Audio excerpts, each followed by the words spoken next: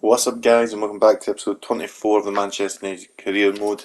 And immediately, apologies if you hear any drilling in the background. My neighbours are doing God knows what. They've been doing it for the last 2 hours. Woke me up at 8:30 this morning. I think they're working in the bathroom, but God knows. The smashing, the hammering, I have no idea what they're doing. And I'm also very tired from getting woke up at that time, so... But anyways, look at the calendar here, we've got Chelsea and Crystal Palace coming up. Only two games we've got to show you now, as we'll look at the Champions League draw after the Crystal Palace game, so we see that who we've got, and I don't really want to spoil it. But anyway, coming into this Chelsea game, we're not in a good run of form. Back-to-back defeats on the South Coast, Bournemouth and Southampton, causing us a lot of trouble. Um, of course, we do come into this game 3-1 ahead. 2 goal advantage in the game. However, Kai Havertz with a delicate little chip there in the 12th minute, bringing Chelsea right back into the game. And honestly, with the way we've been playing the last 2 games, I did not. The minute that goal went in, I was like, "Oh, we're out, we're out." Head was down, and I mean, I think it's understandable. Head's going down a wee bit. Players, we've got a lot of injuries. The players aren't really playing well. And it's just one of those things. And Chelsea were absolutely dominant in this game. And then once again, Billy Gilmore playing the ball through, Kai Havertz once again, and I tell you, he's enjoying time in England. Plenty of fish and chips for this man here with that one as well, as he draws the game level 3 each at the 67th minute. And we were nowhere in this game, absolutely nowhere, struggling. Kasper Schmeichel couldn't do anything for love or money. And the game does eventually then finish by 2 goals to nil. We only had 2 shots the whole game. I don't think we had any. But we do end up going to penalties. And, I mean, we've got a good reputation in penalties so far this save. I don't think we've been put out in penalties yet. I think we've won every penalty show we've took part in. And Danny Ings does dispatch the first one. Timo Werner smashes the bar. I've noticed recently that even penalties given against us, I've been going wide or hitting the bar. And it's very odd. I don't know, things like that. I don't know what's been changed in the game. I think since the last update, AI has not been able to hit a penalty. Whereas we're 3-0 up getting to the third penalty, we've just been burying them. Quadrado needing to score here to keep them in it, and he does. What wasn't even a good penalty there in reality.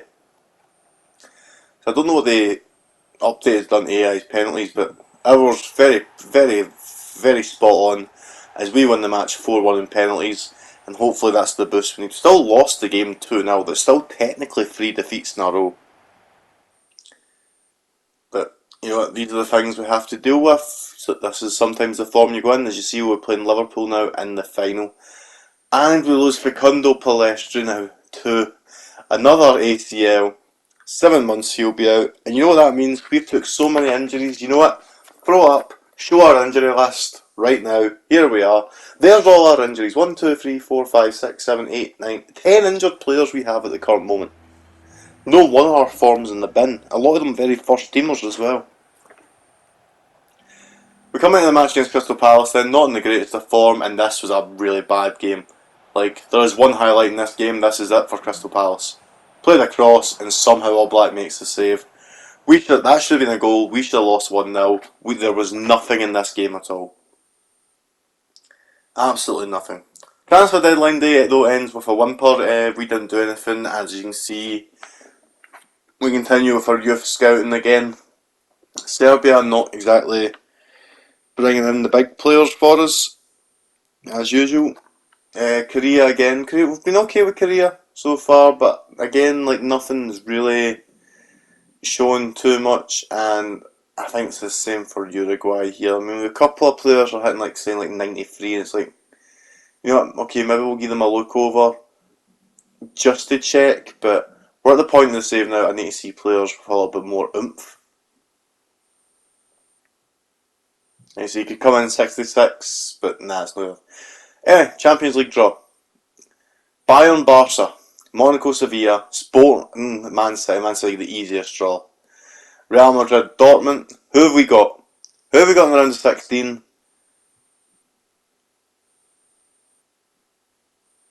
Anytime now. There we go.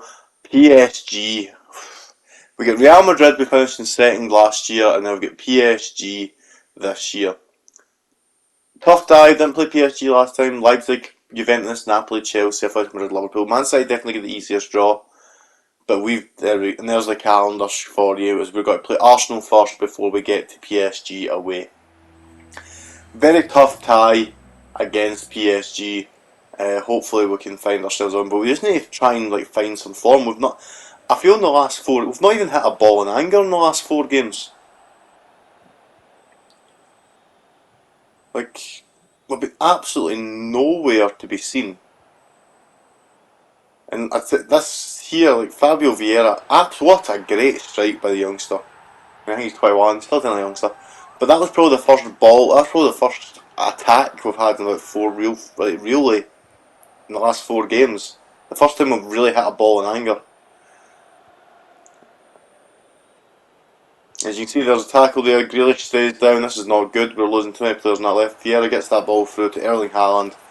Puts it in the bottom corner. For his, believe it or not, his first goal of the season. We signed him in the summer. He's finally back from injury. He hadn't scored since he came back from injury. That's his first goal of the season. Good time to get it against Arsenal as well. We had to bring in Jeremy though for Grealish. As I said, not injury. And then there we go. Erling Haaland places it in. 3-0, all she wrote, happy days.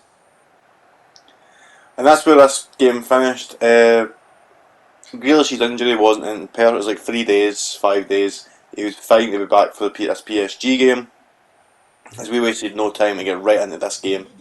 As we needed this, the Arsenal game was a big win, but that was still 1-1-4 in all competitions. We really need to see something in this game, and if you look at the PSG lineup, what a lineup. I mean, other than Sarabia on the right, I don't know why Sarabia's on the right. I'd maybe have put somebody else there, but they've got some team. Absolutely disgusting team. However, thankfully we did still have Jack Grealish. Haaland trying to find his way through, makes a shot. That's a good. He scored for the angles in the last game, but just not today. It's big save for Keylor Navas. PSG were threatening, but first half they were a wee bit lacklustre. However, in the second half, Sarabia, who I just said, I don't know why he's played on the right, he's not a right winger in my opinion, gets that cross in, and there's Neymar with a header of all things to score and make it 1-0 to PSG on the night. PSG did continue their chances though, they were definitely more dominant in the second half than what they had been in the first. As Neuhaus managing to keep this ball and just trickle it through to Draxler. It's a great save from All Black to keep us in this game.